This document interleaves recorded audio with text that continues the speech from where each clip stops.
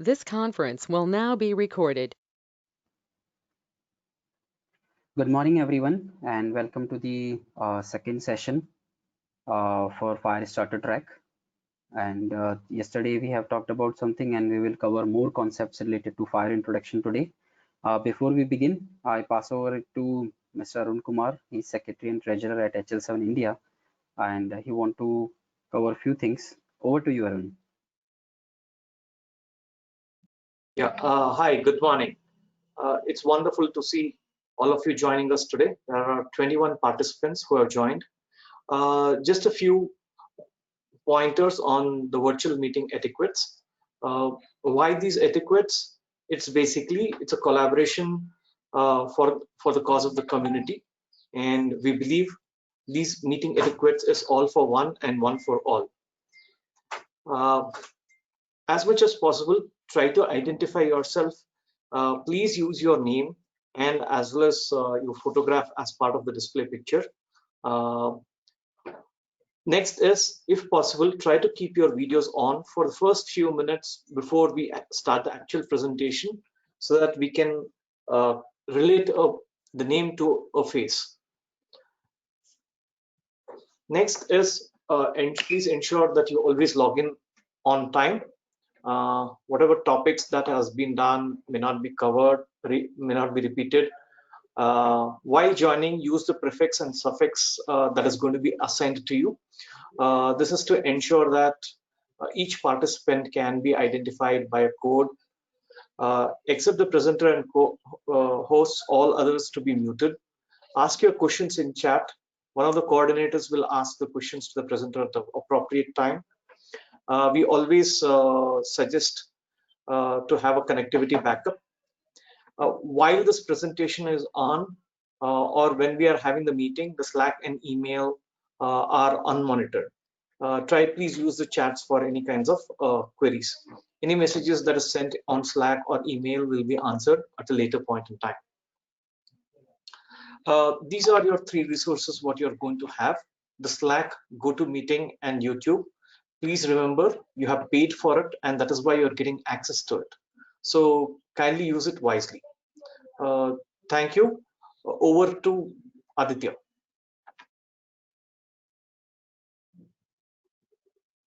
Thanks a lot, Arun. That was really helpful. Okay, so let's get going.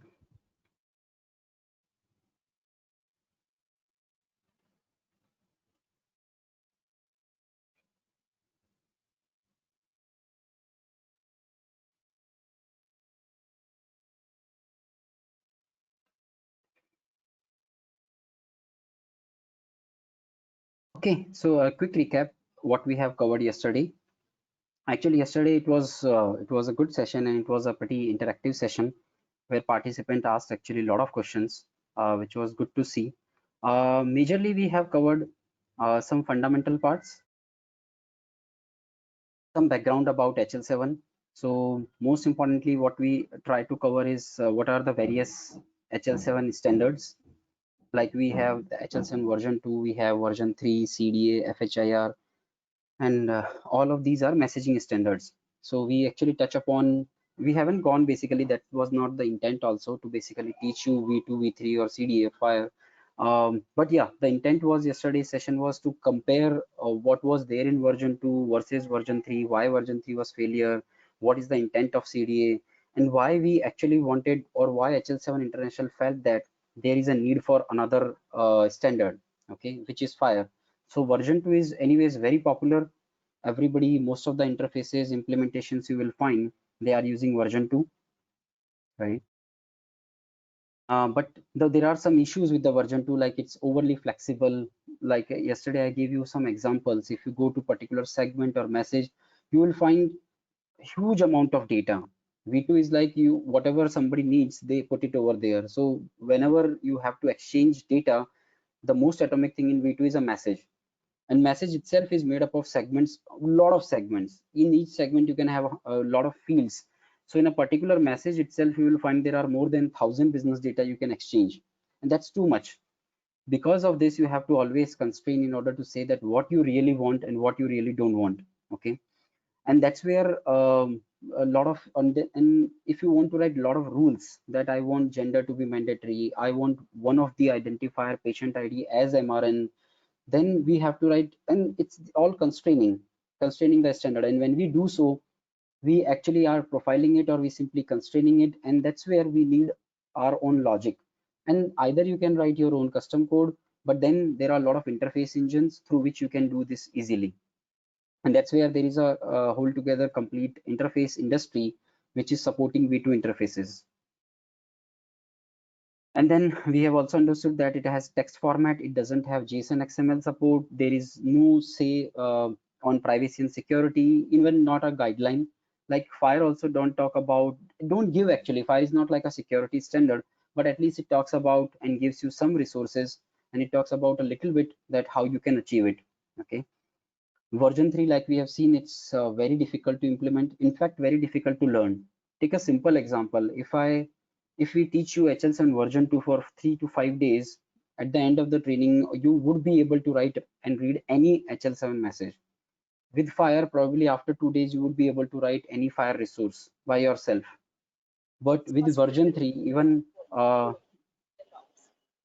any question from anyone?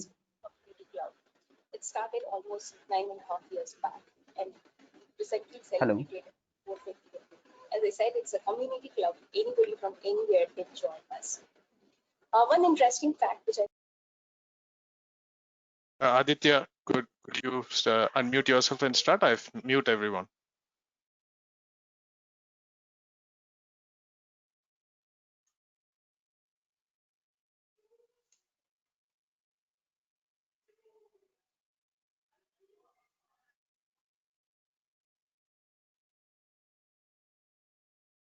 Okay.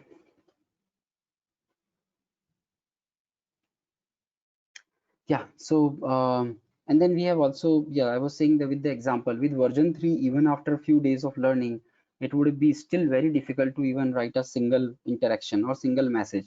The difficulty is not in the technical part, that is that, I mean, the format, which is XML. We can learn easily XML, and people know XML very well. The problem is, or the difficulty part is, there are no examples. More than that, the interactions are so big, they are really so big, that to understand them, to understand RMIMs, to XSDs, to everything, and come up with even a sample message itself is very difficult.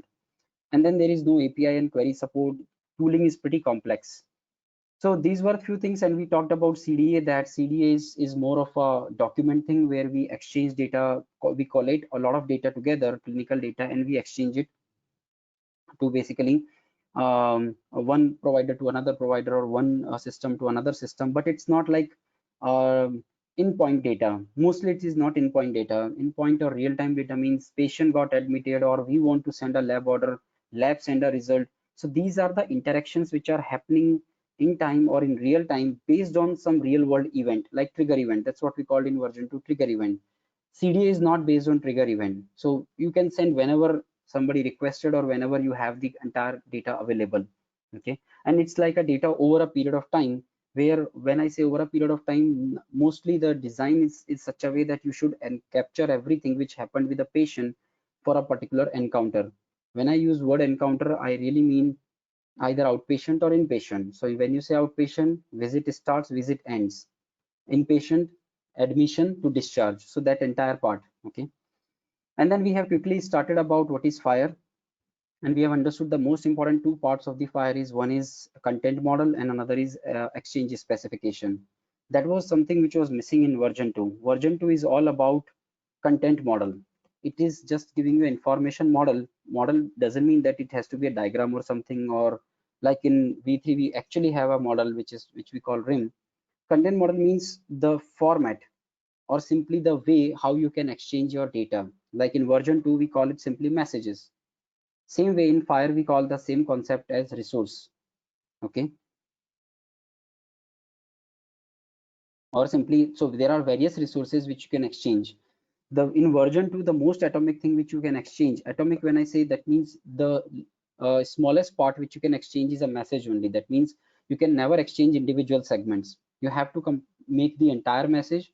What all segment to choose, that depend on what all mandatory by HL7 plus whatever is required by as per your requirement. Okay, so you have to constrain, you have to construct the entire message and you can exchange it. Same way in Fire, the most atomic thing is resource. You can always send one resource at a time.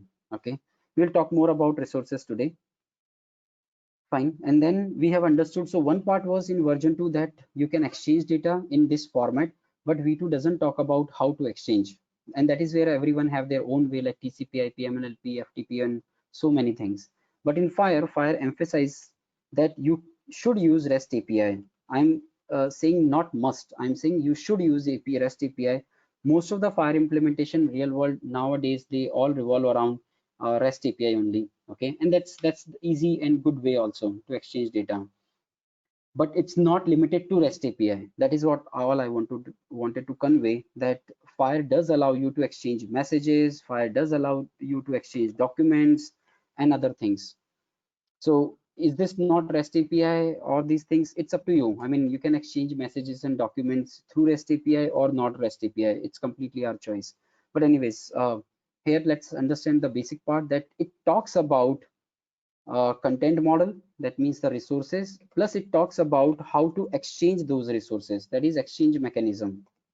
Okay, how to exchange, like here we have written REST API, messaging, document, services, database, bulk data. There are many ways, but the end of the day, the definition or simply the specification talks about how to implement each of them. Remember one thing, Fire or version 2 or version 3, whatever you are reading or learning, they all are specifications. When I say specifications, actually that's hundreds and hundreds of pages of the information. It's not a executable thing. It's not a software where you download and just double click and then your Fire server, Fire client, Fire pipeline, or whatever you want to call it is ready. Nothing will happen. It's just a spec, right? Yesterday we have seen this is the Fire specification. Right, if you go on this page, this is all theory. Theory means it's concept, it's a standard. Standard means set of specification, set of rules or guidelines, that how to do certain thing. In this case, the guideline revolve around two concepts. One, how you will capture your information in form of resources, and another, once captured, how you should exchange it.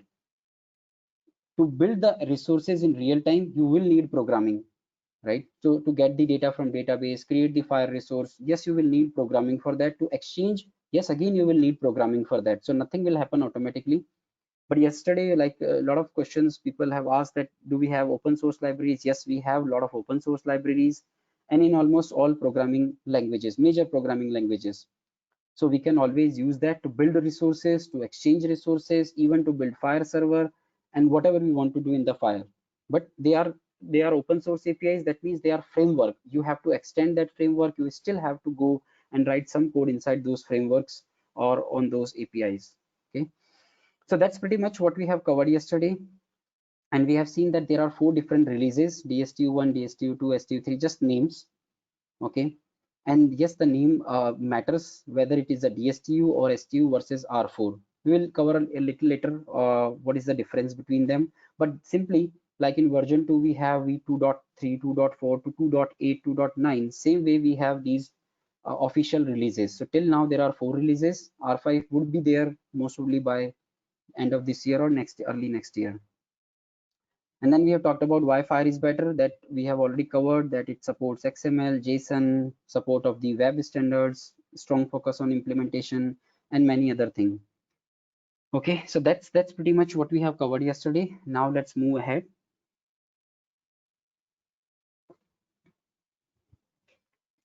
So now this diagram is simply telling us how people are using Fire in most generic way, or you can say the most common way.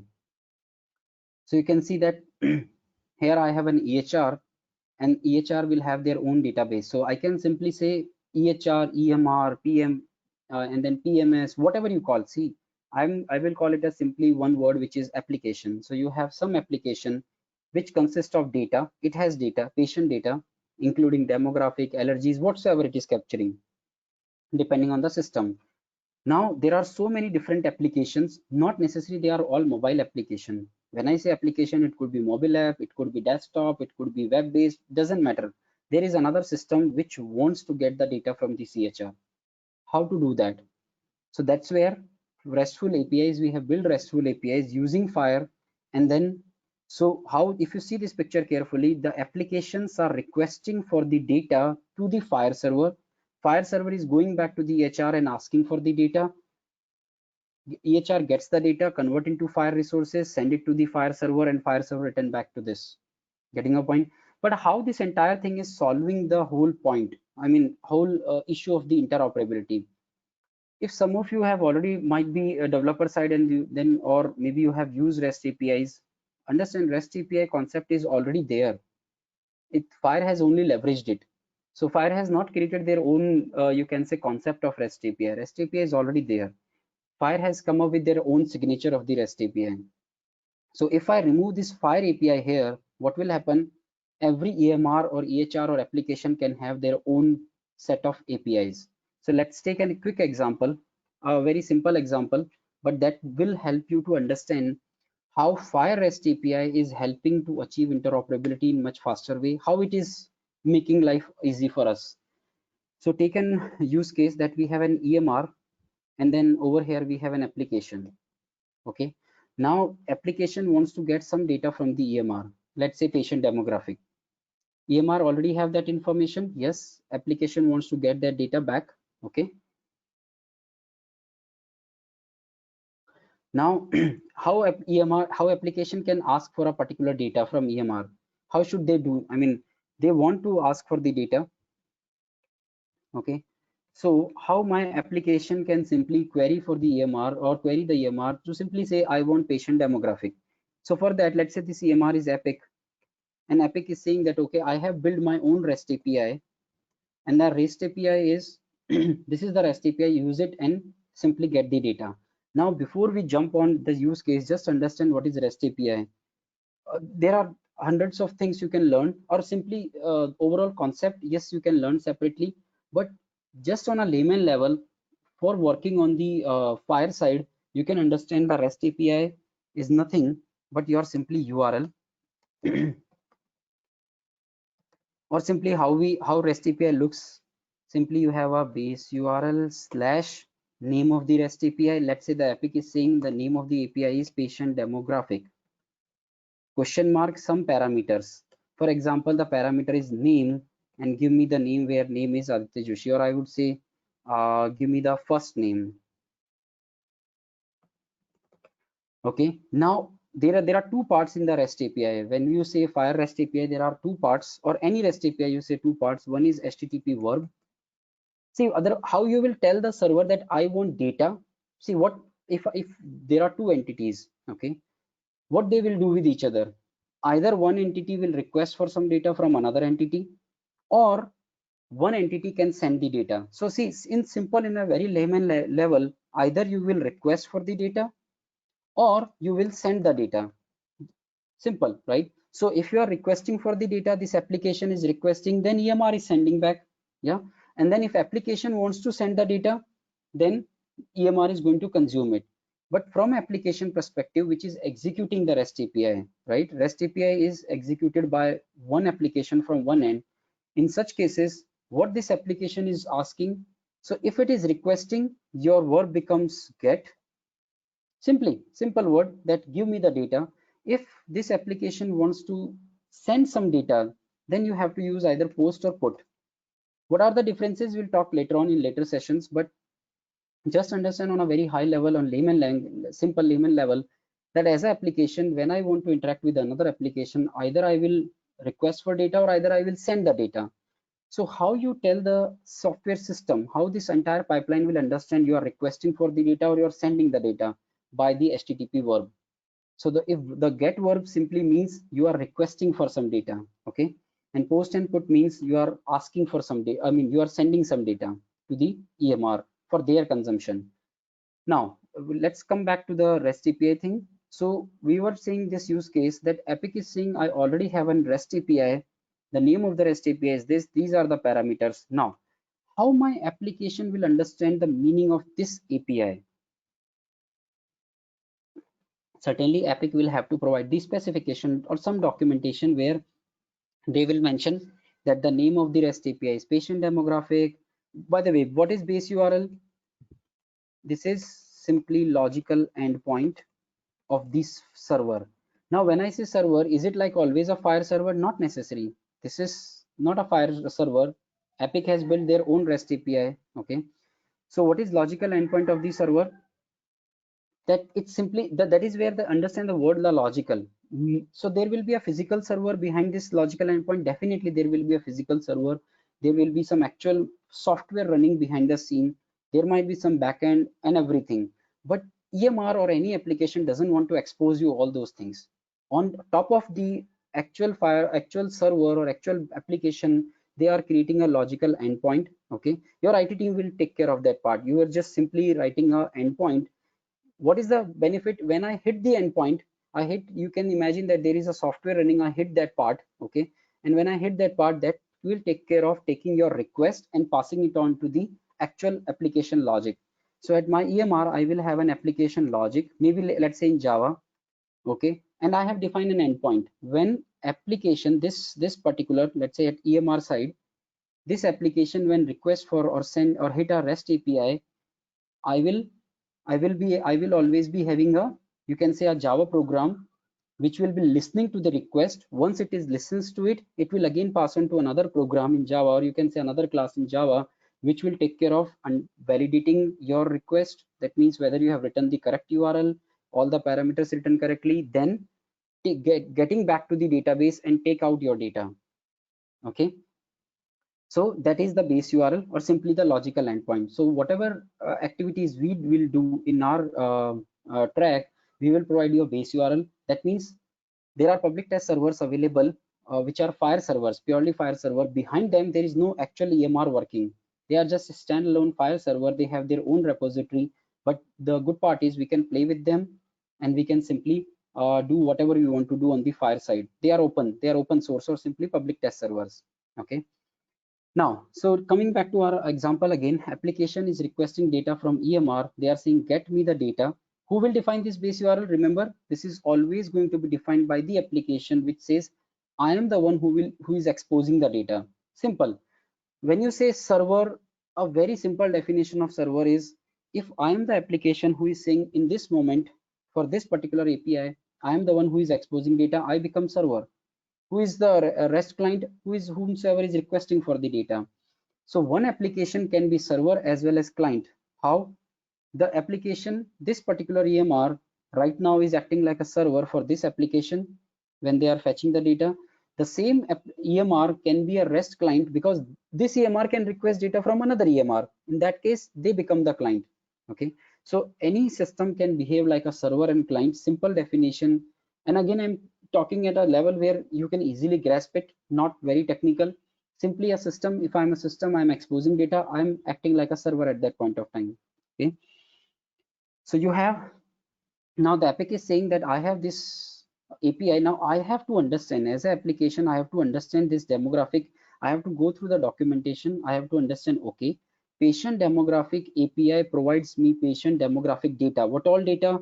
It gives me date of birth, it gives me name, first name, last name, prefix, suffix.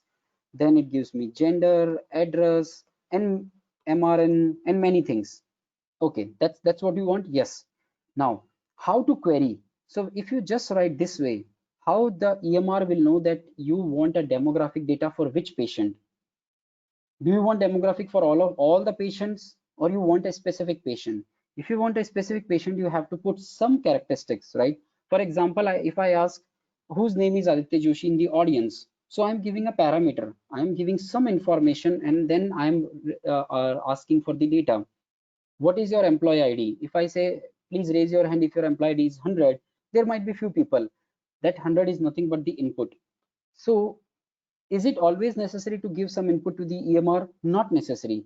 That is where when you define your REST API, you define which parameters are mandatory and which are optional. That means what information would be needed by the FHIR server in order to supply you the data, or simply any server, FHIR server or any application. So this particular application is saying that identifier or name or all these are there, you can use anyone. Okay, so let's say they have defined one parameter as first name and I say Aditya. What I'm asking, give me all patient demographics. I'm hitting this particular API, I'm asking give me all patient data where the name is Aditya. So that could be matching to multiple data elements or simply multiple patients. In my EMR, understand, in my EMR, there is always a backend, application backend. In that backend, there might be a table called patient. And in that table, I might have first name as a column, last name as a column, and so many things. So this Aditya would be here, but then first name Aditya can match to multiple patient records. Yeah, so we are asking for all of them. You will get all of them. This is about one EMR. Take the same use case with one more EMR. So this is my application 1.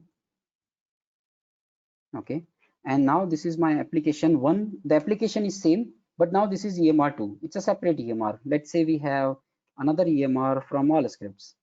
They have their own backend. They will have their own table and everything. Do you think that their REST API signature, this is what we call signature or simply the format, okay?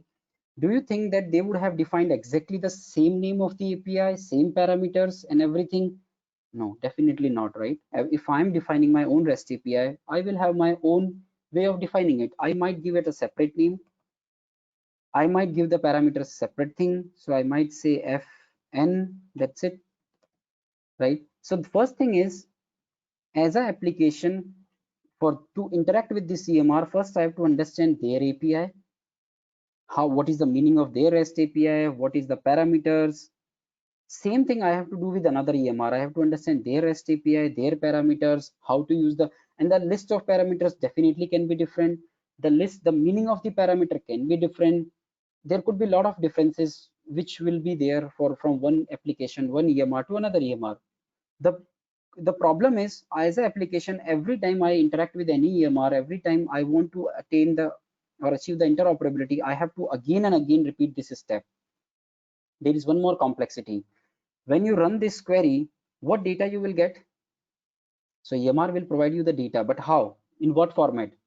There is no fire right now here. So the format could be simply JSON, XML, or whatever format EMR has defined. So even there could be a variation in the format. So there are two levels. One, take an example, Epic is sending you in XML, whereas EMR to Allscript is sending you in JSON. That's okay. The more complex part is, let's say they both are using JSON. So the complex part here could be the format itself could be different. It's not a standard format. This is something Epic has defined. So take an example how they would have sent the name. So they might say first name. This is how they might be sending you the data, then last name. Okay, then I might say DOB, and then whatever date of birth the format they are using. Okay, and so on, and that way, so a lot of data. So let's say they are using JSON only, and let's say even Allscript is using JSON, but this is called key and value in JSON. Now, do you think that Allscript is going to send the exactly same format? Not at all. They have defined their own format. They are not working together. Epic is a separate EMR, Allscript is separate EMR. They will have their own format. Now this could be different, completely different.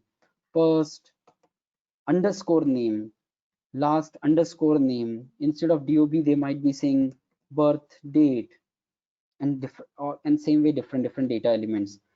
So you getting the use case? As an application, when I'm interacting with EMR1, if they have their own REST API, I have to understand their REST API.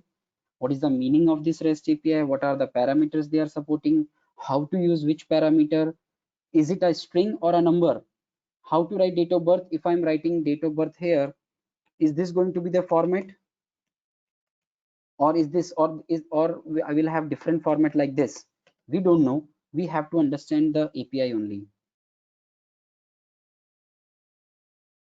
Understand the API means we have to go through the documentation and we have to understand what format they have defined.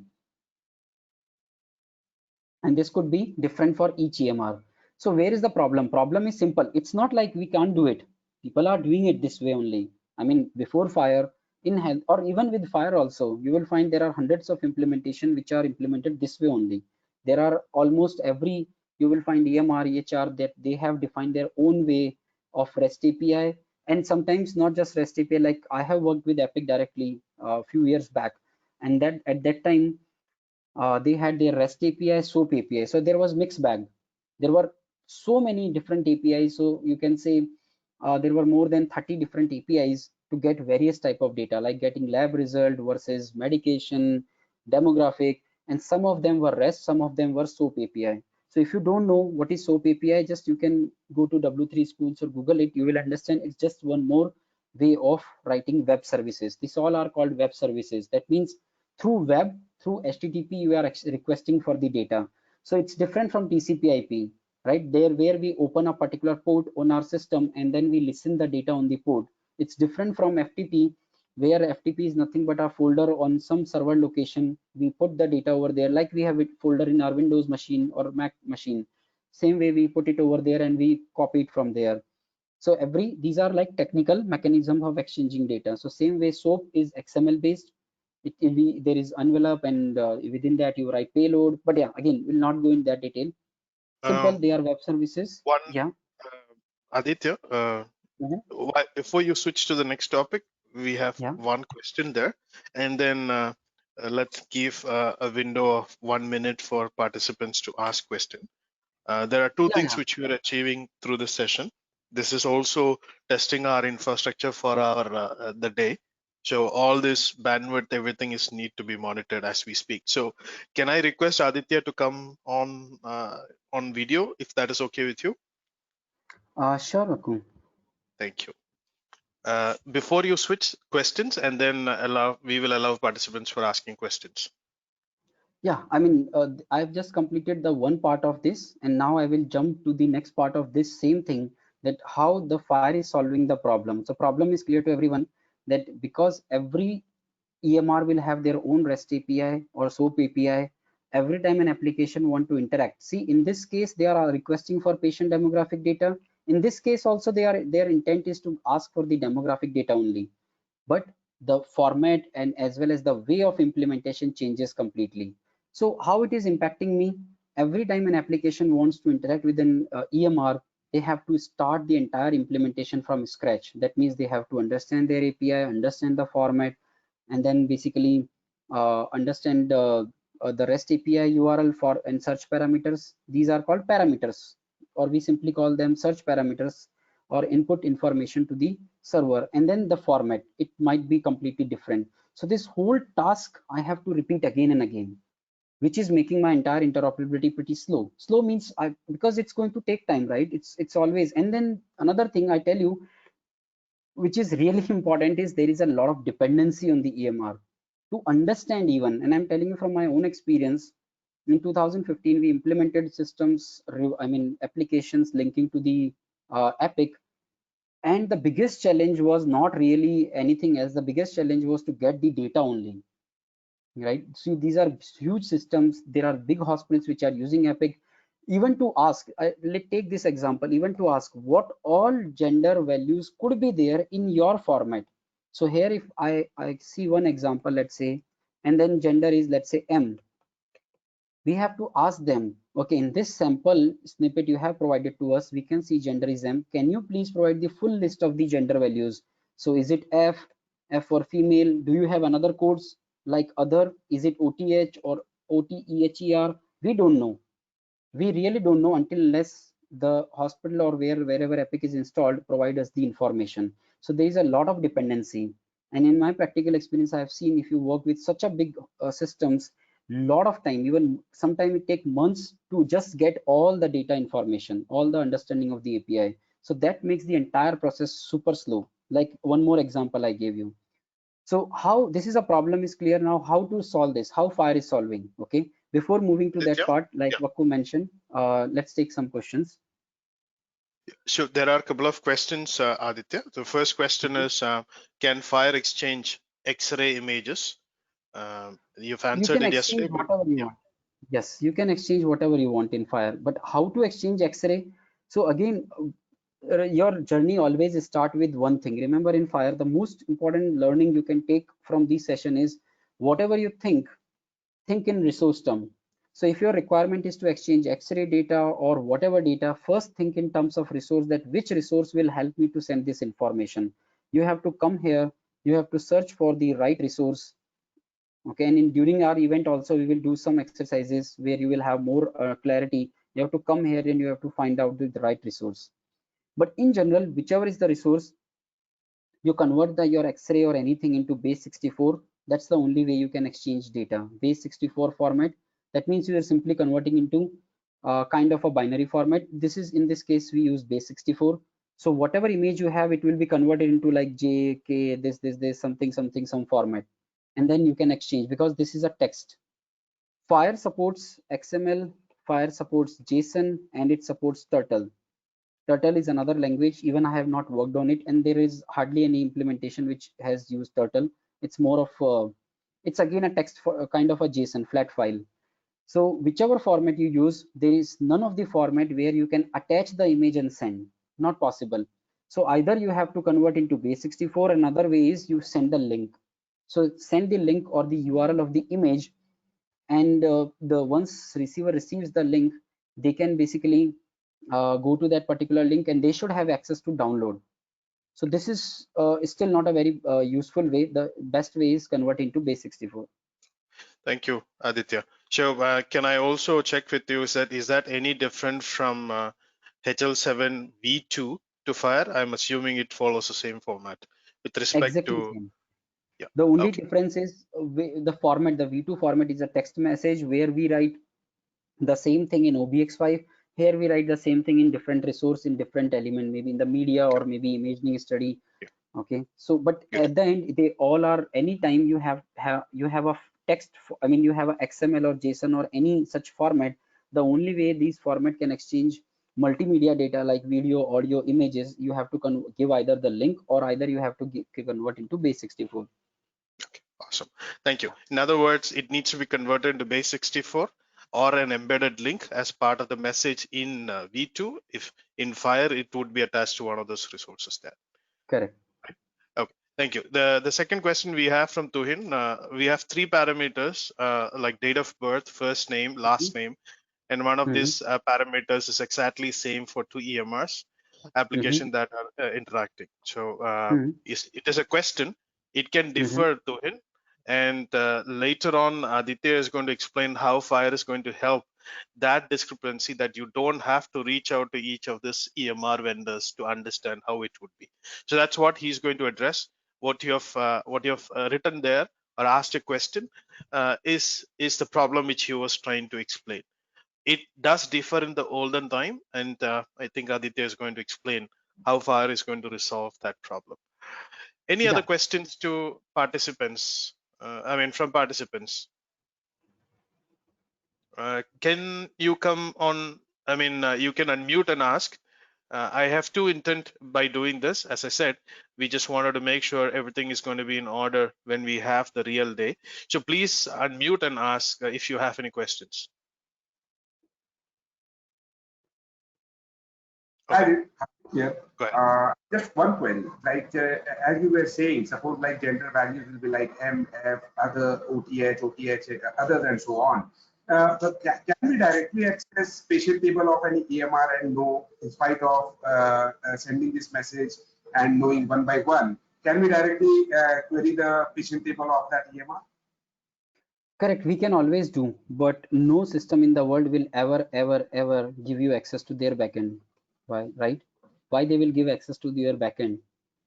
Forget about the backend. Systems like Epic or Allscript, they don't even give you the ER diagram. That means entity relationship diagram. That means they even don't tell you what tables and how we have developed our schema at backend. So that is the whole point of developing web services, that applications do not want to provide a facility to the client applications or whomsoever wants data, the EMR or EHR or whomsoever is exposing the data, they never ever will allow us to check their backend application. And systems like Epic, if you ever work with them, they don't even give access to their UI. So backend is like impossible. That's the whole point of hiding entire backend, hiding entire application logic, how you are doing everything inside your EMR, and then you are exposing the data using the API. So we will never know. Client application will never have the access to the EMR application backends.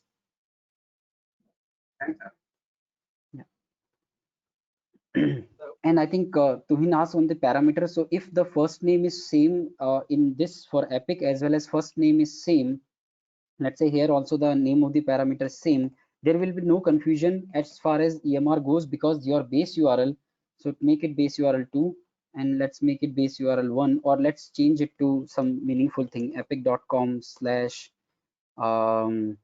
server, whatever we want to say, and over here the endpoint might be completely different. So which endpoint we hit, that request goes to that endpoint only. Every application or server will have different endpoints. Okay, so even if they have exactly same parameter names or something else, does not matter. Okay, any other questions? Philip here. There's just a question based on the topic that we touched about images. So as far as I understand, maybe just correct me. Your voice is very low, Philip. I can't hear you. Hello, is it better now? Yes. Yeah. So Aditya, because you touched on the topic where images are converted or transferred in base64, as far as I understand, DICOM are the standards right now for images that are most commonly used. Probably another standard here, but do we have, so once we convert this to base64, if the industry still requires DICOM as a standard, do we still have to convert it back, or is there a possibility to sort of embed Have you heard these this DICOM? JPG, PNG, right? These are various formats for the image, right? DICOM is just one more format. We call it .dcm. So DICOM has their own standard format also, which is a text message. Okay, similar to you see in V2. But then if you want to exchange DICOM as image, that is nothing but .dcm image. So let's say abc.dcm. So at the end, it's just an image. Everything in the world can be converted into base64. Any multimedia, doesn't matter whether it is DICOM image or JPG image or PNG or video or audio, does not matter. You can convert into base64, and at receiving end they have to encode it again into the image. So how the receiver will understand that it's a JPG versus PNG and this, yeah, that Fire or any standard will provide you that thing. So it's not just base64, but you will also mention that content type is, what is the format of the content type. Here you can say it is .dcm format or JPG, PNG, and then you can send your actual content. So data is your actual base64 thing. So what, it doesn't matter, even if it's DICOM, you can always convert into base64. Okay. Okay, thank you. Yeah. So moving back to the our use case. So now we understood the problem that yes, still though the EMR, EHR applications are using REST API, which is a good way to exchange data, but then still the problem is not solved of the interoperability, because each EMR, each EHR or application have their own set of REST API, own parameters, own format. So every time I have to integrate with them, I have to go through this process again and again. How Fire can help us in this resolving this process? So Fire is simply saying, okay, no worries, let me do this part for you guys. That means you don't define your REST API, let me define the REST API for everyone. Okay, so Fire is saying, okay, whether Allscript or Epic or whatever EMR, if you say that we have implemented Fire REST API, then we are good. So what is really difference between the REST API, what we have seen above, and in the Fire? No difference. Honestly speaking, on technical terms, no difference. It's still the same. Application is asking for the data. Okay. And then the only difference is, can you see this signature? The base URL is still going to be the same, or it's obviously defined by the EMR, because now we are saying there is one more layer on top of this entire thing. So there was server already, right? There was a server which was listening this REST API. Understand? If my backend, let's say for this application, I have a SQL backend or relational database backend, REST API is not going to hit the SQL. If I have a relational database like MySQL or Oracle or Postgres, none of the database is capable of understanding this URL. So what we have to do, there is always a server. Even in this normal case where we have REST API, there is a server. Simply you can say a software, nothing else. A software which is taking this URL, understanding it, validating it. Is it correct parameter as per what Allscript has defined or this EMR has defined? Is this the correct value? What if I write 1, 2, 3 here? It's just a number. right? So maybe I might get error, or I don't know. So basically, first part is the software will validate your URL. Then it will understand, oh, you are asking for the patient demographic where name matches to Aditya. There is no direct way that Oracle or MySQL DB will understand this. My software will have to break it down into the query which my backend can understand. And if my backend is SQL, just an example, not necessary it has to be SQL. Okay, then I have to convert the REST API into simply a SQL query. I have to convert that into an SQL query. Now, when I fire SQL query, execute SQL query on my backend will give me the data in form of the objects, whatever programming language you are using. Then I have to serialize it. Serialize means convert into the JSON format you want to send. So simply, this is always a process. It's not like Fire is changing something, and it's a simple thing. See, if I start speaking in some different language, you will not understand. You will have to basically put a translator in between, right? And then the translator is converting into a language which you can understand. Same way, here my backend is a relational one. It only understands SQL. Whatever REST API URL you are sending, it will not understand directly. Somebody has to break it down, convert into something which can be understood by my backend, that is in SQL query. Who will take care of that part? You have to write a code. As a EMR, if you have implemented your REST API, you have to write a code, and that code is nothing but I'm calling it a server. So server really doesn't mean that it has to be a Linux server or Unix server.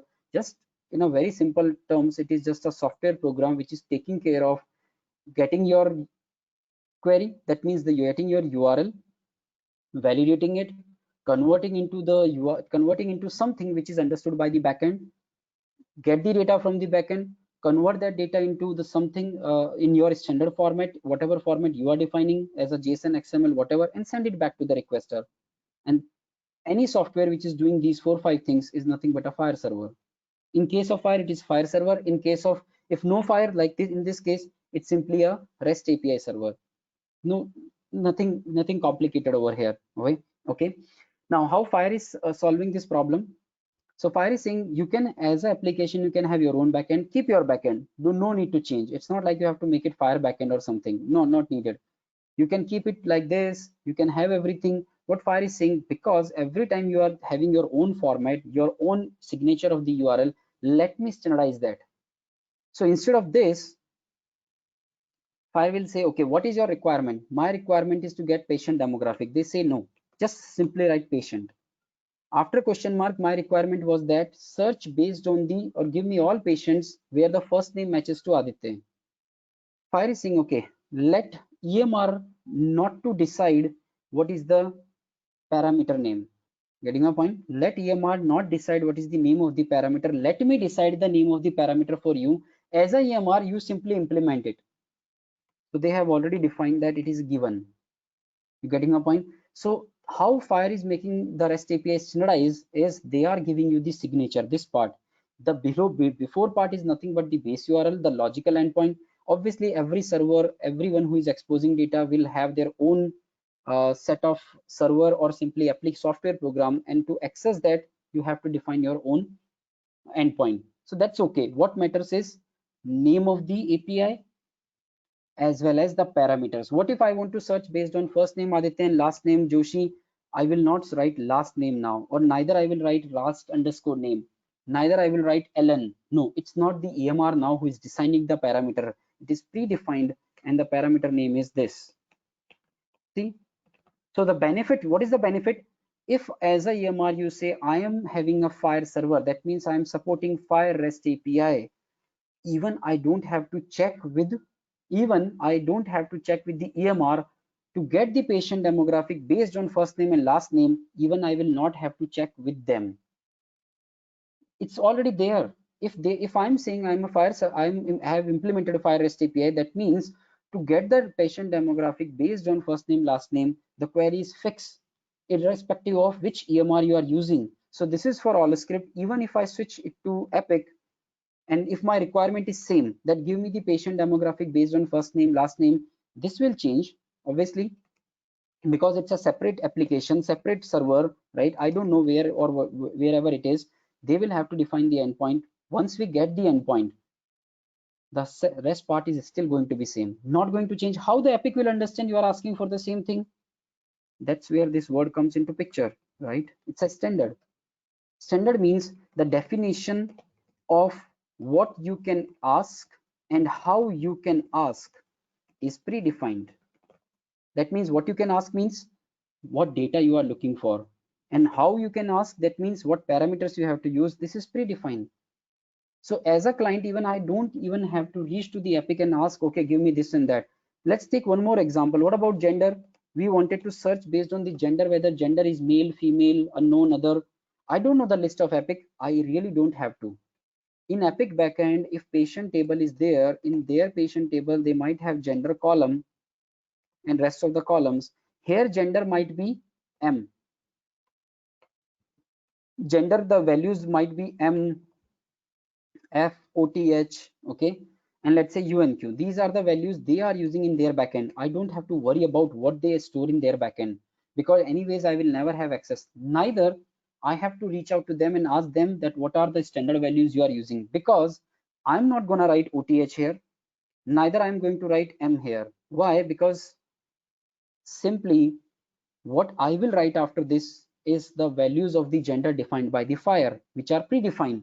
So for male, I will write male. For female, it will be female.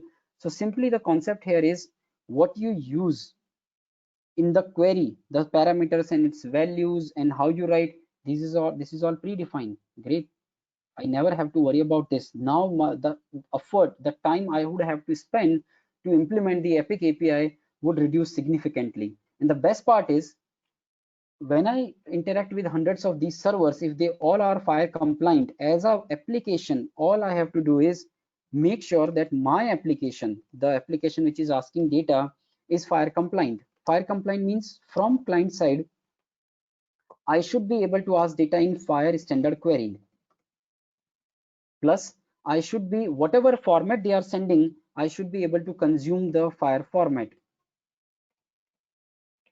That's it. So okay, now so one thing is that okay, you have standardized the URL part. Okay, great, that's okay. Then what about the format? Because this was a big task to parse their standard format. We don't have to do that now. Why? Because FHIR will say no. I will also define you the format in which the data will look like. So your data will be like this: resource type, something called patient, and then you will have. So if I want to write name, first name, last name, FHIR is saying no. I will tell you how the name will look like in the JSON or even in XML. So for last name, it is family. Okay. For first name, it is given. And if I want to write like middle name, then I can put a comma here and write. So this structure, that means the outcome format. Now FHIR supports 3 format. It depends on the server whether you want to support XML, JSON or Turtle, but whatever format you support, the underlying structure is predefined. And from where we are getting this? From the resource definition only. So if I go to patient resource tells me, okay, this is how I am written. So you have a name, you have a data type, and based on that we are writing the information. So this is now completely standardized way. So how, first you have to figure out what data you want. Based on that, choose the API. Now in FHIR, how do I know it is patient or something else? Because whatever you write before question mark is nothing but name of the resource. Always. It is simply name of the resource, and after that parameters or search parameters defined for that resource by FHIR. Getting a point? So that means you have to figure out that if, let's say, your client requirement is, your application requirement is, give me the vitals related to heart rate. Give me the vital information related to heart rate for patient ABC. And if the values are more than 100, then only get me all those observations. How? Yes, we can do in the FHIR query format. So first step is we have to understand which resource, then we have to understand how to write the parameters and rest of the things, and we can execute the query. Will my FHIR server is going to understand all the different variations of your query? Not necessarily. Not necessary at all. It might possible that Epic server is saying that I have not implemented a FHIR server which is capable of exchanging the patient demographic, or exchanging the vital information. It's up to the server how much part of the FHIR specification they want to implement. There is no such rule that whatever FHIR says that you have to implement. Okay, but whatever you implement, it has to be as per the FHIR specification. Remember, FHIR Aditya? is a specification. Yes. There are two related questions, so I can read it for you. Sure. How Sure. can I differentiate a request is FHIR or a normal REST API? That's one question. Do you want to take that? Yeah, sure. So the difference is simply with the signature only. So what if I have defined my own REST API with exactly same signature?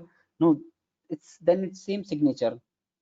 There is no difference, right? So if the bigger difference is whatever you write before question mark is name of the resource. That means all FHIR APIs basically revolve around resource. You simply request for a particular resource.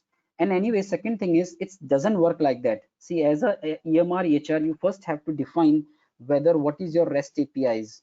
So definitely you will still have the documentation, but in documentation you might say that I'm using FHIR REST API.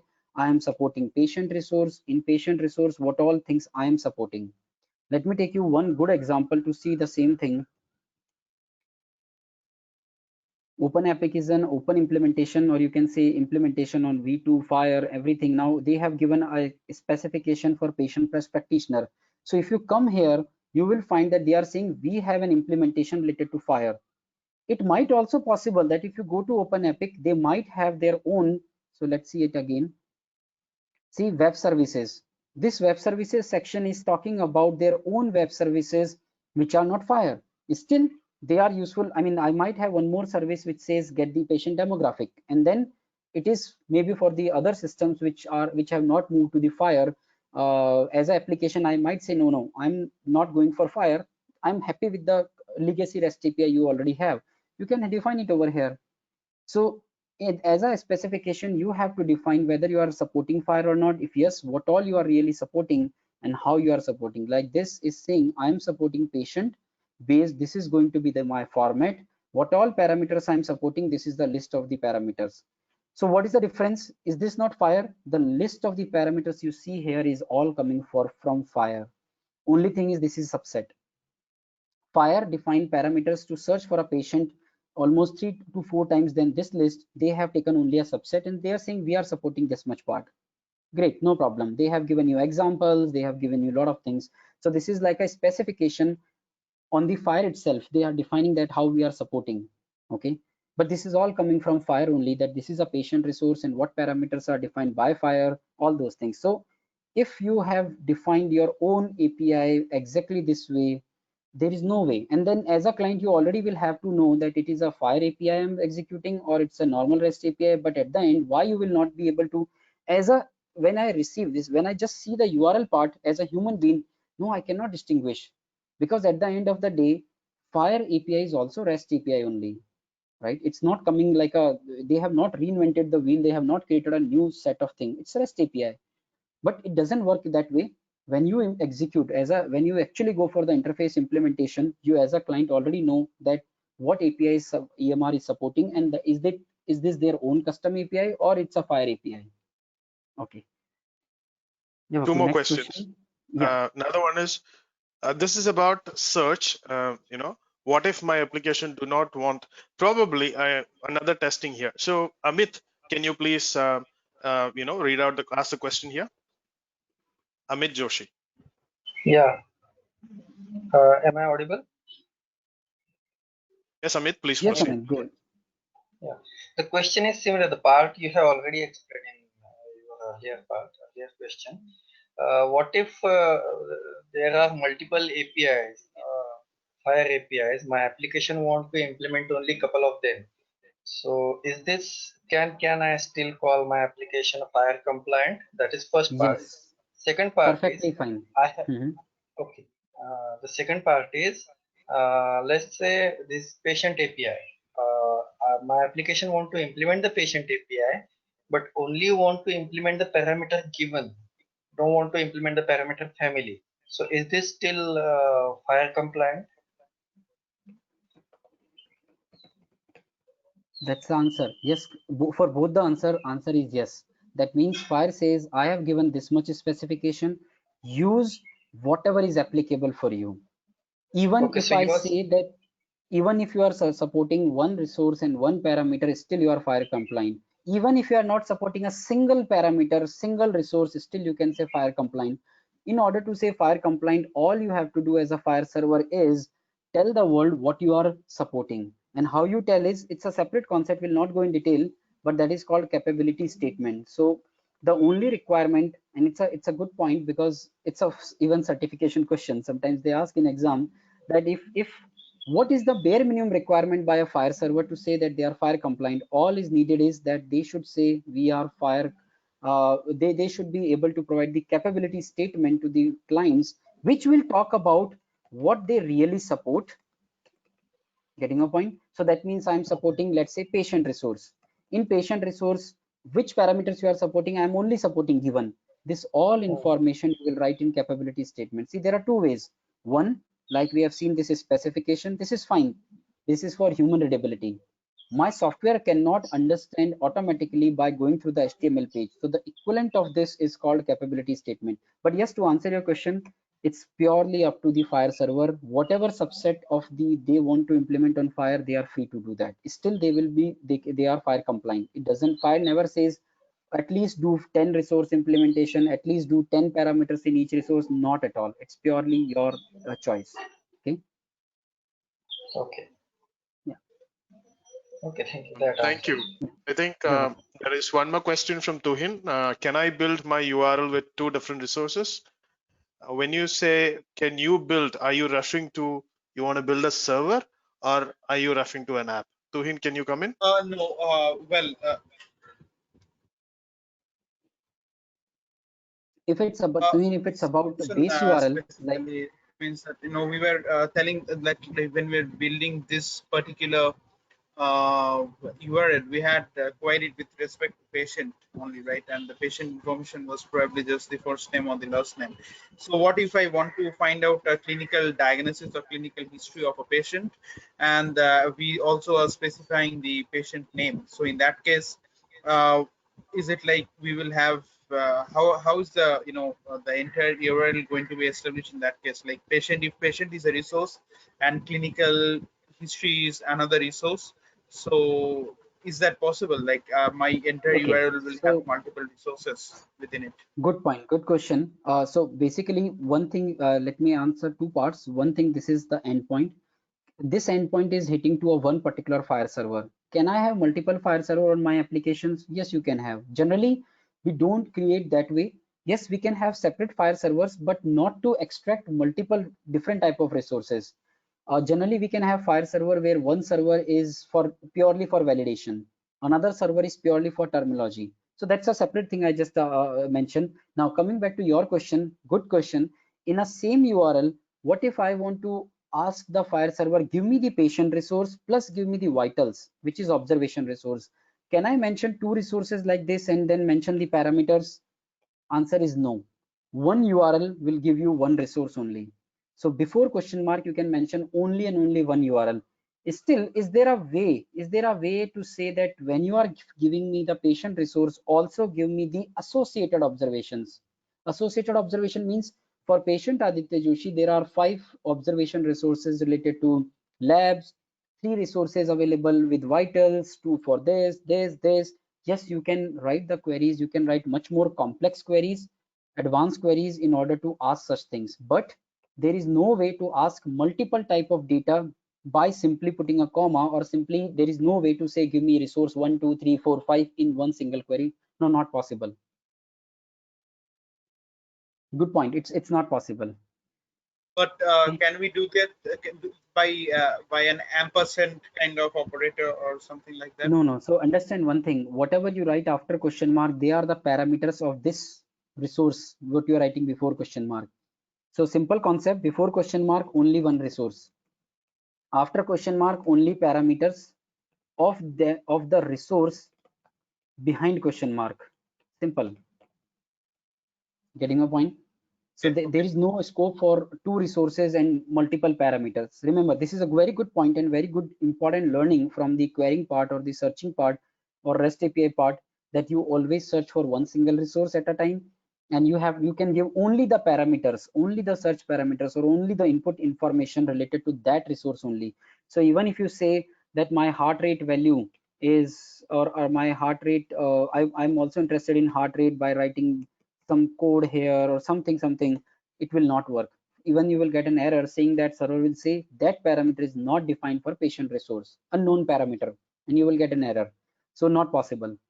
As I said, there is a small possibility, not what exactly you are looking for, but there is a small possibility to include associated resource. So I'm saying give me the patient which matches to this criteria, plus in the outcome give me the associated observations. Like that means any let's say heart rate observation linked to this particular patient. Yes, we can do that part. That means in the outcome we will also get the observation resource, but then but still that those, not like any observation. You cannot ask for random. You cannot say, okay, give me all observations of the heart rate plus give me all the patients, and they are not linked.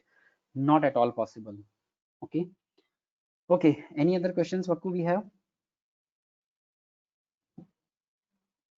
Oh, we're good. Okay. So maybe it's a kind of a pause over here. Do anyone have any questions? You can ask now.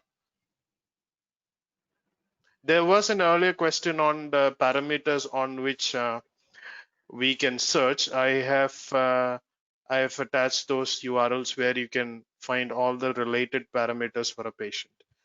It's I'm very assuming simple, I tell you, and that's a good thing to learn. Already given, Aditya. I've given Okay. 8.1.2 as a session, and it was a question asked by Aparna. Okay. Any more questions, team? Hi. Okay. Hello. Go ahead. Am I audible? This is Vignesh. I want to ask, for example, for the patient resource. So we have these parameters, right? So gender, date of birth, right? So is there something in Fire where we can also, during the implementation of Fire servers or the resource structure, can we add our own custom parameters also? Yes, Or you is can. that to follow? Okay.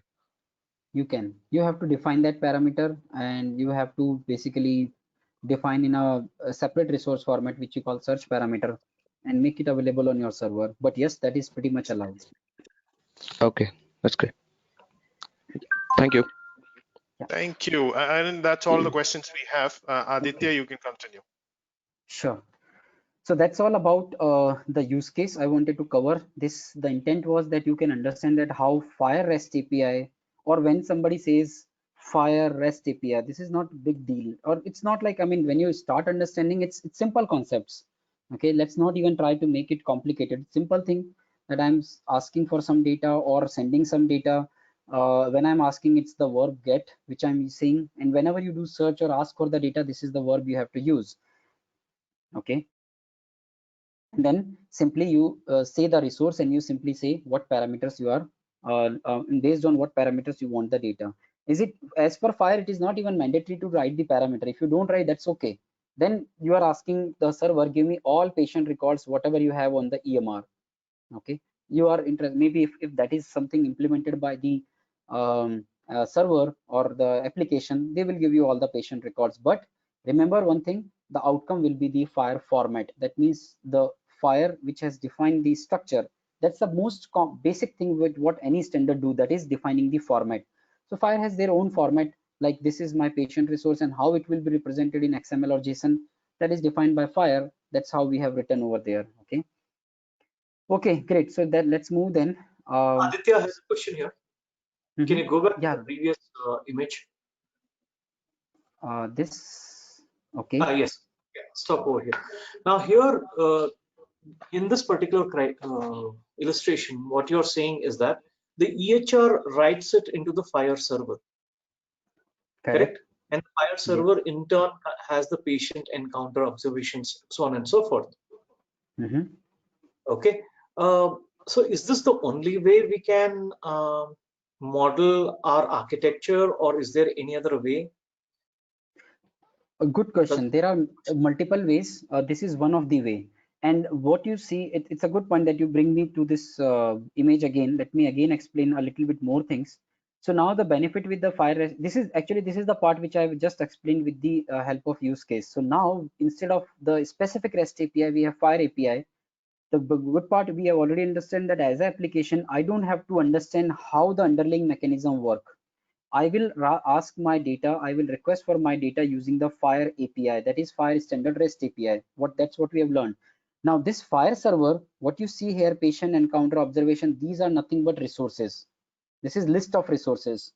So where is this patient data? So let's say patient resource for patient Aditya Joshi. The actual information is in EHR database. So are we copying that it over here? It's up to you. So that is the one way of building the Fire server, is that we can have a Fire repository also. That means when request comes, first thing, what this Fire server will do. So let's understand what Fire server will do. First, it will take your request, validate it, that is it correct as per the Fire standard, plus is it supported by the EMR or EHR or not. So that is validation part. Once that is done, it will convert that query into the business query which EHR can understand. So obviously over here it is a more simplified version. If I tell you more complex version here, there will be some more layers, like there will be one layer which we call data access layer, right? Or data access object, DAO layer. So that means simply there will be, it's not like so let's not go in technicality. So there will be some more layers over here which will help converting our Fire query, that means the URL, into business query. Let's say it's SQL. So convert into SQL, EHR gets the data back. The data is in business, I mean in the object format, we serialize it back and then send it the Fire resource to the client application. And all these jobs are done by Fire server. One more thing they can do is they can store these resources, and that's not at all necessary. It can always be runtime. You give me the request, I will follow those steps, convert the data back into Fire resource and send it back. So now that is one way. So yes, there has to be a Fire server.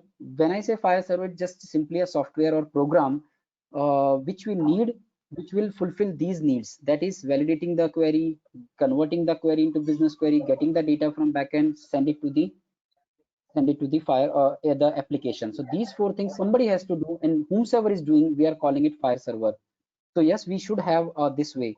I mean, whether you store or not, it's your choice. There are a few more use cases, or you can say architectural approaches, which we'll talk later on in this presentation itself. Yeah, this is Edmund. I had a question. I don't know if it's in scope, but if it is not, please feel free. I mean, just to tell me that it's not in scope, and I mean, we can leave it. But see, if you, I'm just talking a use case where like there is a patient, and this patient has gone to multiple healthcare providers. So does the Fire standard, I mean, according to the Fire standard, is it a must that if there is a patient record on this on a particular Fire server, all his observations, be it like with one medical with one healthcare or with other healthcare provider, all of them have to be provided through this? Provided through what? I'll give you an example. Let's say there is a guy who went to healthcare. Let's talk India in terms of the hospitals. So somebody went to Apollo. Okay, and there are some tests that were done in Apollo. Now he goes to Fortis. So when this patient pulls his information from the Fortis records, is it that all the medical info, I mean, all the information that was there on Apollo should also be available through that application? That purely up to implementation, how you are implementing. So one thing is for sure is that every hospital, like let's say Apollo, so if they are allowing patients to access their data like through patient portal, right? So this will have their own Fire server, or when I say server, simply some program which will be enable patient to get the data. So they will query for the data and they will get the data, right? So same will happen with the Fortis, right? So when they are asking for the Fortis, obviously they will not get the Apollo data until unless you have the centralized repository. There is some centralized repository where you are putting all the data. So when whatever happens with the patient in Apollo, it comes back and stores over here. So Apollo info is there here. Then the same way you have Fortis information here, and then patient is querying from here. Then only you will get. Otherwise, every EMR, EHR will have their own set of FHIR server. They will allow the patient to access data. But yes, in patient portal, if they are pulling the data from Apollo as well as Fortis, now in this portal they have the data from both the application. But while pulling the data from Fortis, it will be Fortis only. Fortis will not have data for the Apollo until unless you have a common thing like centralized, or the other way is Apollo and Fortis have done the handshake and they say for the patients whomsoever visits here to there.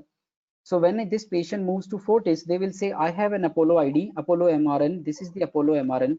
If Fortis and Apollo have done the integration between them, like this is my Fortis and this is my same way, like we have just learned, and Apollo, if they have done the integration between them using some FHIR API, what this Fortis registration system desk person will do, they will put the Apollo EMR MRN ID in their system, and automatically they can pull the data. But obviously that integration should be there. So it all depends on the implementation, how you are doing it. Okay, so the FHIR standard does not mandate that when a patient pulls this record, you should return everything that is there anywhere in any medical system. How FHIR can govern the policies actually, right? It's a policy No, thing that. This is a question. I don't know. I'm just asking. No, that's what I'm telling you. FHIR is a standard which says, okay, this is how you can pull and exchange data. From where you are allowing patient to exchange, get the data, right? That's what I just explained. There has to be integration. There has to be some technical implementation between these two systems, or there has to be some centralized repository. Otherwise, how my query will get the data from both of them? FHIR does not talk at all about this. FHIR never talks about how the systems or the policies or the regulation should be there. It's up to each country. Like if I take you one example of the US healthcare, they are not saying that each hospital should integrate with each other. If they are doing, it's their choice. That is HIE. But then the other part they are mandating now, and it will soon be a proper mandate that you should allow every hospital should give patient access. Every hospital or clinic should provide a way for patient to access their data at any point of time through patient portal or mobile app or whatsoever. So as a patient, I can always pull the data from Apollo, my data in the my portal. Same way I can pull it from Fortis. Now from in your patient portal, you have data from all the hospital. Plus, if now I'm moving to another hospital, let's say Manipal Hospital. Now, if Manipal Hospital has a FHIR mechanism inbuilt, what we can do, there can be a way we can build that this patient portal can send all the data of the patient to this hospital in FHIR format. You getting a point? You can this is a good thing, because now patient when moving to another third hospital, they can say, okay, this is all my data, and this is what US government or simply regulation is saying. As a patient, I should always be able to access my data from every application I'm visiting or from every hospital I'm visiting. I can collate all my data in my app and I can share it to anyone else, right? So that is something possible. But if I'm pulling from one hospital, how I will get the data from another hospital? And FHIR definitely doesn't talk about anything related to that. Okay, about the regulation. Even this regulation is not FHIR is talking about. This is the government have to take a step that, okay, this is how it should be. Okay, thanks. Or the policies should be there. Yeah. Aditya, Nitin here. I just want to add to that point to differentiate between the various implementation. One is the EMR and the EHR, and specifically the EHRs are meant for cross provider exchange. So EHRs are specifically meant for that. So FHIR doesn't define that. However, based on the system, whether it's EMR or EHR, you can easily exchange data across providers. So that is outside the scope of FHIR. Yeah, and anyways, these are definitional things only. You call it EMR, EHR. Simply, we can when at a definition level, when we say EMR plus interface, we start calling it EHR. So it just at a definition level. There could be any system in healthcare. If it allows us to exchange data, then we can simply exchange data. But yes, what you said is correct. Just on a definitional way, that's the difference between your EMR and EHR. Did we answer your question? Yes, definitely. Okay. Thanks In a case lot. you want, yeah, in case you want a little more details, I can you can reach out to me. I can give you some real-time scenarios where we have seen how this happens. So Sure, moving sure. on. Yeah. Yeah. Thank you, Thanks. Aditya. More questions Yeah. here, or we continue? Okay, beautiful. Let's move on. Thank you. Okay. Uh, so these are some applications of the, I mean, some use cases. These are simply nothing but some use cases of the Fire. Like the most basic one is exchanging the data. That's what we do with any standard. But then with Fire, you can do, I mean, yes, it is always going to be exchange of data, but on top of it, you can develop some other things. For example, I can use Fire to exchange data for personal health managers or application extensibility, like patient portal, like the example I gave. I can do it for data analytics also and reporting. For example, I get all the data from the lab in whatever format they want. I convert into Fire resources, keep the data in form of Fire JSON resources only, and then apply the analytics on top of it. And that is something Google is doing.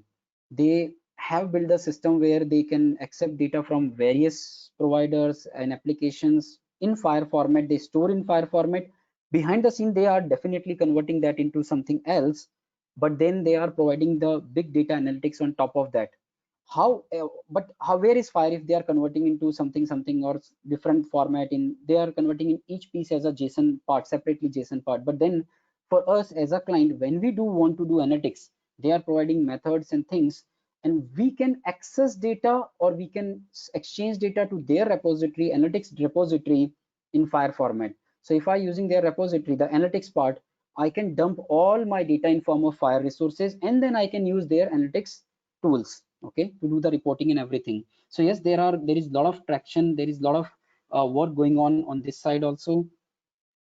You can use app development. This is something which has been like, I would say, increased many folds, the app development in healthcare because of the Fire.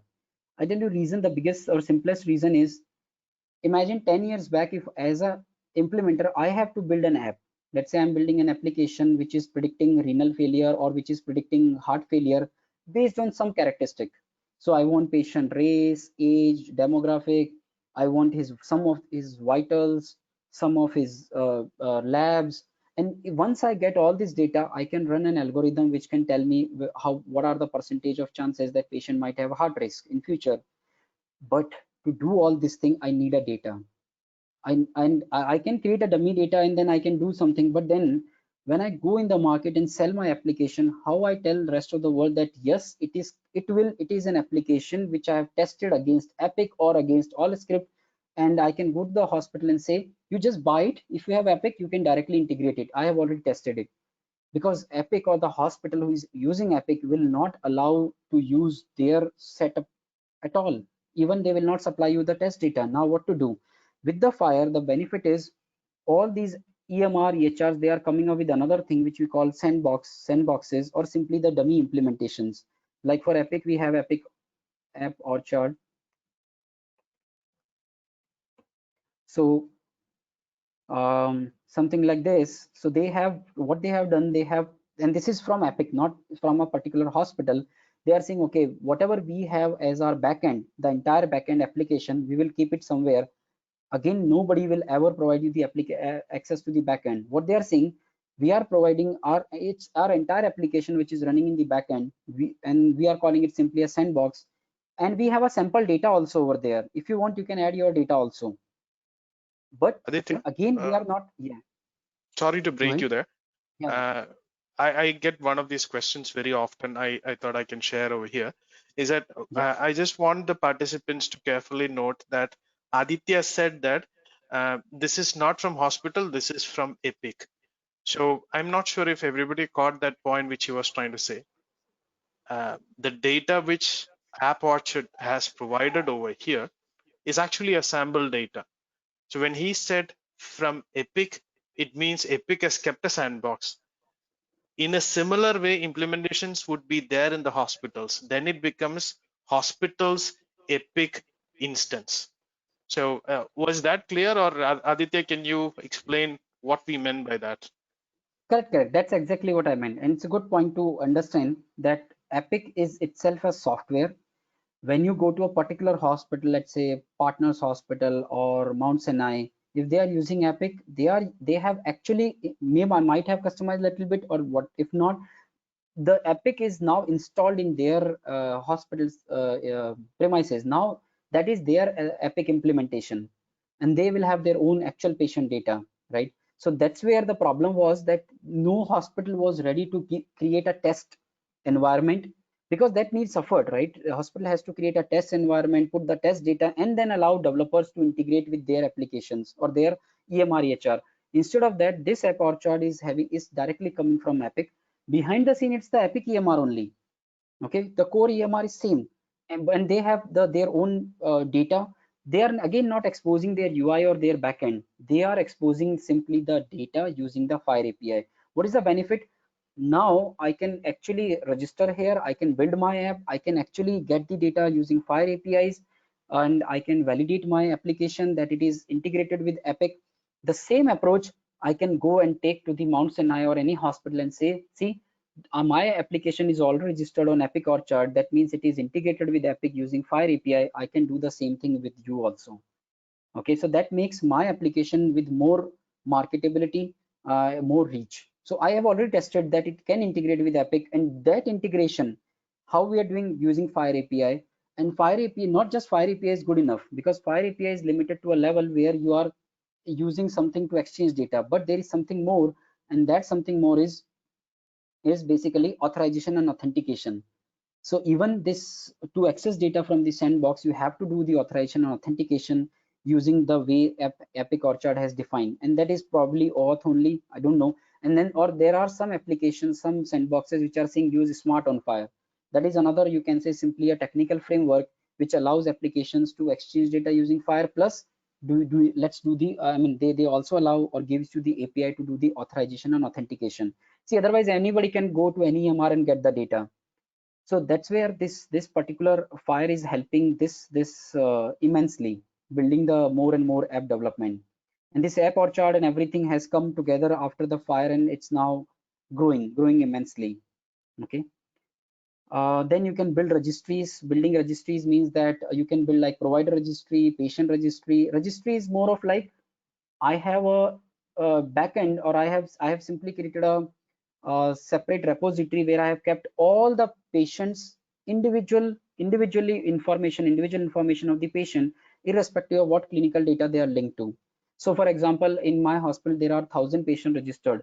So I created a separate table with all those 1,000 patients with their demographic information. That's it. Not linking to the encounter, this and that, and all those. Separate registry. Same way I can have a separate registry for providers. Provider registry is very useful. At a national level, if you come up with a provider registry, that means all the providers, all the clinicians, doctors or nurses, they are registered on that. The benefit is, if I want to get the data for a particular doctor, so imagine you have a Practo app, and Practo app want to say, in Practo app I want to book a appointment for a particular doctor, Dr. Aditya Joshi. Now the Practo app can fetch the doctor's information. Instead of a hospital, it can fetch from the national provider registry. It's an independent information, and they are showing the data, simply getting a point. Or there could be other use cases also. So registries here are like independent, you can say, backend, or and now how Fire is helping this, exposing the data. Remember, Fire is there for exchange. So you can have a Fire repository where you are keeping all the data in Fire resource format, or you can have your own application backend. But as a client, I can always fetch the information using Fire REST API. One query, just like you told that we can build a registry for providers, right? But as far there is already a national provider database, NPD, existing in US for all the US providers, right? So do we need to, I mean, then Fire will be acting as the interface on that database, right? Correct, exactly. That's what I said.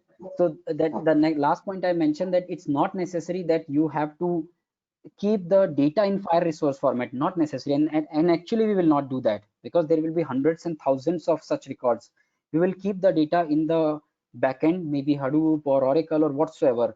You are building a Fire server on top of it. So the benefit is, as a application, because see, the applications, the application which is providing me the registry data, provider data, they cannot expose the data in form of, they cannot expose their backend. They cannot say, okay, run this SQL query and get the data. Never. Applications never expose their schema also. So they need some web service. Fire is saying, instead of using any web service, why not using Fire REST services? That's it. So at the end of the day, whatever use case we are learning, it's exchange of data using Fire APIs. So yes, it is on top of it, that only. We don't have to like change the entire thing, only on top of the backend. Now they might be, right now the application, that application you're mentioning, that might be still providing this information to rest of the world, but maybe through web page. They might have created a website over there. They might have mentioned all this information. You go to that site and you get the data, but that's not what we want. We want it between systems, because if with Fire, if I get this information, I will get in a practitioner resource, which is computable. The format is structure, standard structure format. I can pass that JSON and I can actually store that practitioner information in my backend as a client. So that's the intent. Okay, then third one and the last one is terminology. Terminology is like you can create your own Fire server, which is exposing ICD, Snowmed, Loing, and all other things. So this is very useful thing, and a lot of work is happening on the terminology side. That means you can have a Fire server, which is again how you store ICD, Snowmed, not in Fire resources. There is a Fire resource for them, but you cannot have 600,000, 700,000 Snowmed code in a JSON. You are keeping them in your backend only. But on top of that backend, you have written a software program which we are calling Fire Server, which is enabling clients to get the data using Fire API. So I can use a Fire API to say, okay, this is code N17.1. Can you please validate, is it a still valid code in ICD-10 or not? Yes, you can do that particular part in Fire Terminology Server. You can say, okay, I'm sending a text to you, Asthma. Can you please come back and give me the codes associated with it in ICD-10? You can do that exchange part, you can do using Fire REST API. Okay. And data exchange, that is the most common way. We can always Aditya, exchange data using Fire. Yeah. Breaking here. So I just wanted to share the participants that one other track which we have in Connectathon is actually terminology track, something which Aditya explained to you earlier. So that's one other track which we have in India Connectathon. Back to you, Aditya. Sure. Yeah, so that was our business use cases. Okay. Shall we take a very quick 5 minutes break? I just need a couple of minutes break. Yes, Aditya. We reconvene at 12:50. Is that okay with everybody? Yeah. Yes. Beautiful. Thank you. Sure. Okay.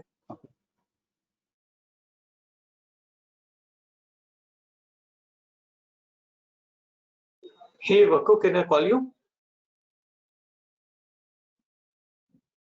Yes, please. I didn't get who it was. Hey, Vaku, Arun here. Hey, Arun, go ahead. You want me to? You were going to call me on phone? Yes. Yeah, please. Thank you.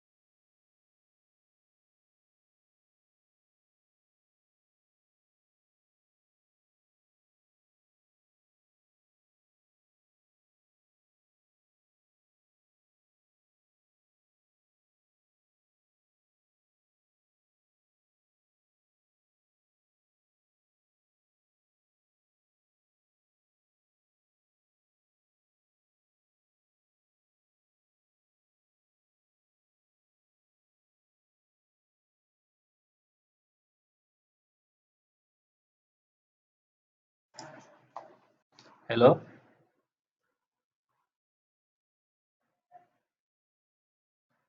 Hi there. Sorry, I didn't get who was on the line.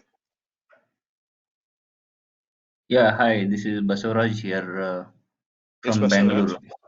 Yeah, nothing. No, I did not get here this one demonstration. So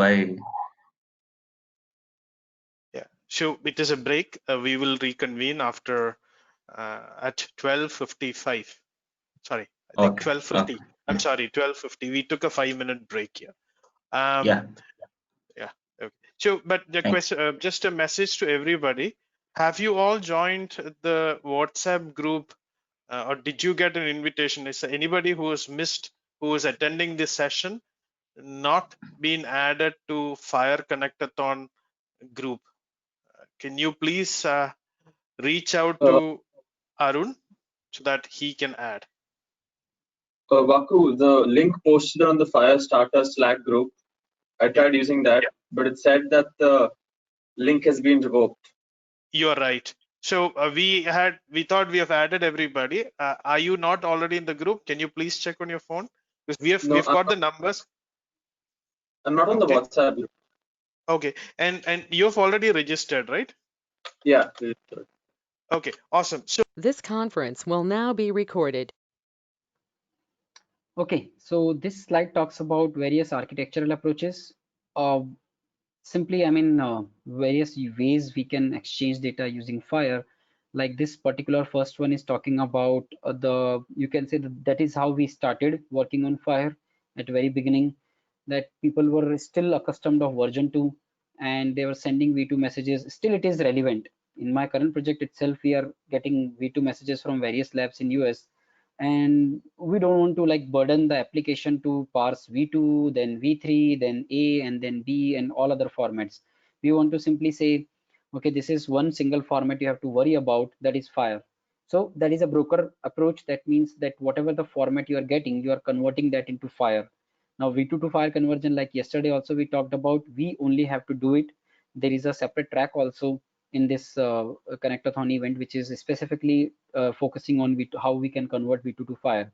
It's focusing more on the mapping part rather than the coding part. Technical coding still we have to do.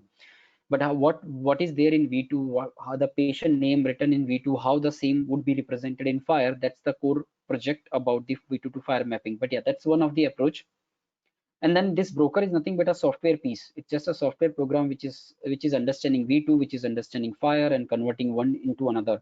And that's exactly in my current project we are using this mechanism, where we are having our own code using Happy API, which is understanding v2, Happy API which understands Fire. So the good part is, and it's a Java code, the good part is that one single API, I mean, API is different, v2 API is different than Fire, but still it's coming from Happy. So the way of using is very similar, and we are converting one format to another. Then we have the next one, which is native Fire server with existing backend. This is simply means that you have the application. This is the use case we have discussed today in when we begin our session, that app is asking for the data using Fire API, and then PHR has their own application backend. But obviously PHR is not giving the access to the backend. Therefore, application is asking for the requesting for the data using Fire API.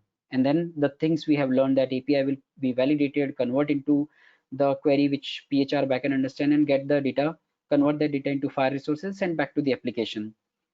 And the third one is we have the Fire repository itself. That means you are asking for a data. So you have a PHR, yes, you have its own backend, yes. You are asking for the query in form of Fire format, yes, it's a Fire REST API.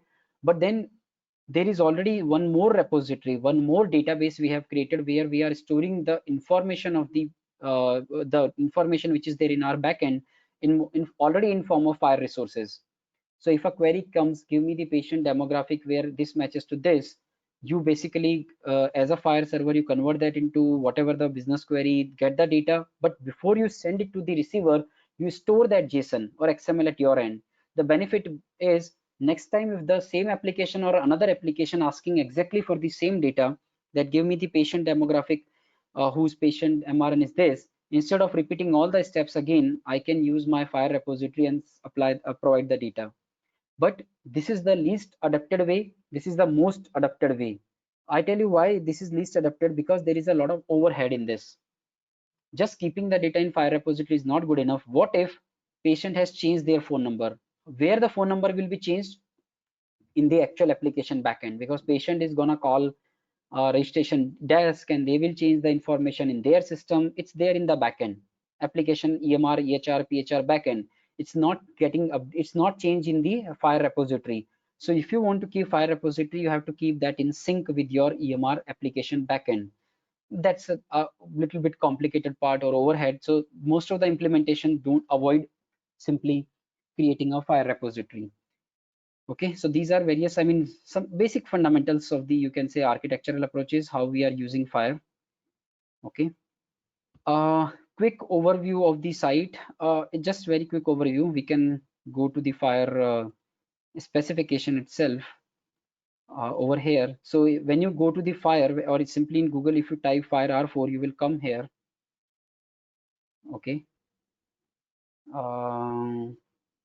So you come here, welcome to the FHIR, and then we'll talk more about this also in one of our sessions during the event. But just to give you high level idea that these are various levels or sections. You go to home, then there are some links which are very useful. For example, getting started. Definitely this is something you can read.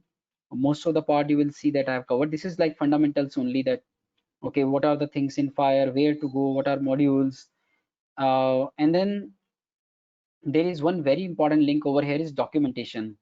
Whenever you feel lost in FHIR, this page will help you. So if you want to see that, okay, I don't know where to find REST API specification given by FHIR, just start typing REST. You will find something, RESTful API. Just click on this link and this will take you to the entire page which talks about complete specification related to the REST API in FHIR. Okay, same way if I want to say searching, it's not query, you will find in FHIR we call it search. So if you say search, you will find the link for that. Same way I want to understand how FHIR do validation, then validating resources.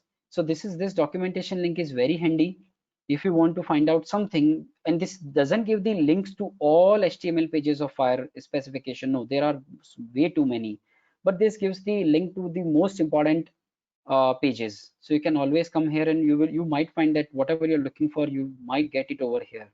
Okay, so Aditya, one yeah. more link I'd like to share with everyone. If you can go up to documentation, click again if you can.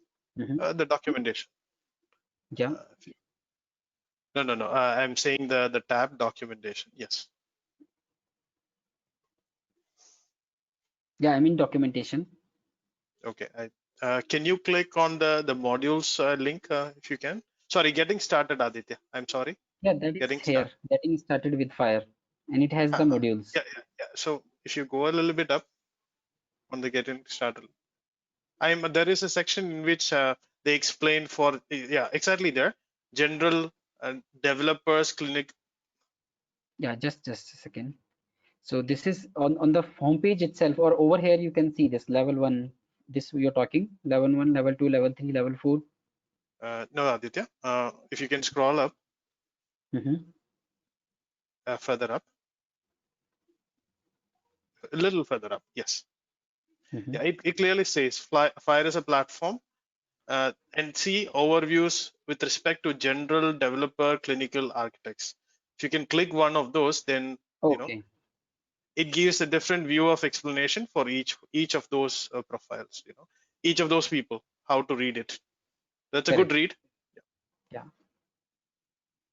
Thank you. Yeah. So yeah, that's a good point, Vaku. So even like if you're beginning, these are good read. Like these are very fundamental. So this clinical page, if you go, you will find that they have explained in purely non-technical way. So FHIR overview from clinician's perspective. They have to talk about resource and everything, but they have talked more on non-technical language. Same way, if you go to the link for the FHIR for developers, you will find that they are talking more on now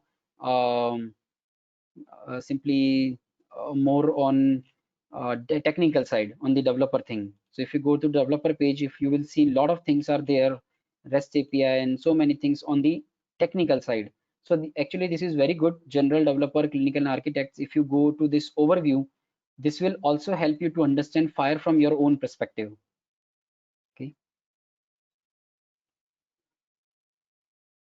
So that is getting started with fire. So this is good. You can go to these links and learn more about fire from your own perspective. And then these are the various functional modules. So this is functional modules means fire has divided the resources into simply categories. These are nothing but categories. So if you go home page, you will find some resource, some content which is part of foundation, some resources which are part of terminology, administration, and these levels are nothing but you can say simply logical segregation of the various content, or simply when I say content, most of the time it is nothing but resources. Okay, so and you go level 1 to level 5, the levels are telling us one more key thing over here, that if I talk about level 3 will leverage the information in level 2. So level patient resource would be defined using SD. Patient resource will have an element gender, and the gender code is coming from code system. So the more below you go, the below resources are using the upper resources. Okay, when I say using, simply they are referring or they are utilizing that these concepts over here. Okay, and all these concepts, these are like fundamental concepts: how you write XML, JSON, data types, extension, base documentation. Same way, if I talk about allergy, I can say allergy linked to a particular patient.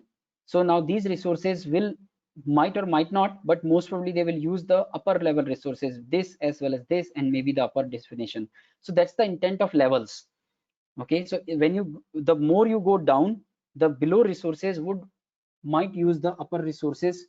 Okay, like the good example I gave you here is allergy. When you write allergy as a resource, the allergy is linked to whom? To a particular patient. Now patient is a separate resource, allergy is a separate resource, and that's where we need resource referencing. So this is another thing which you can even go in more detail. File documentation page we have talked. So that's like a quick introduction about how you can sail through the fire specification. And few things which, like Vaku mentioned, those are very useful, helpful thing. And see, I tell you, the crux over here, or basically, if you really want to learn fire or any standard, the key here is the more you read, the more you learn. That's simply, you have to invest time. That's the only way you can really become expert, or really become you can understand the specification. The more you read, you will start understanding that how to read the specification and how to get the information out of the specification. Okay, that habit or that understanding will grow eventually. So that's very important.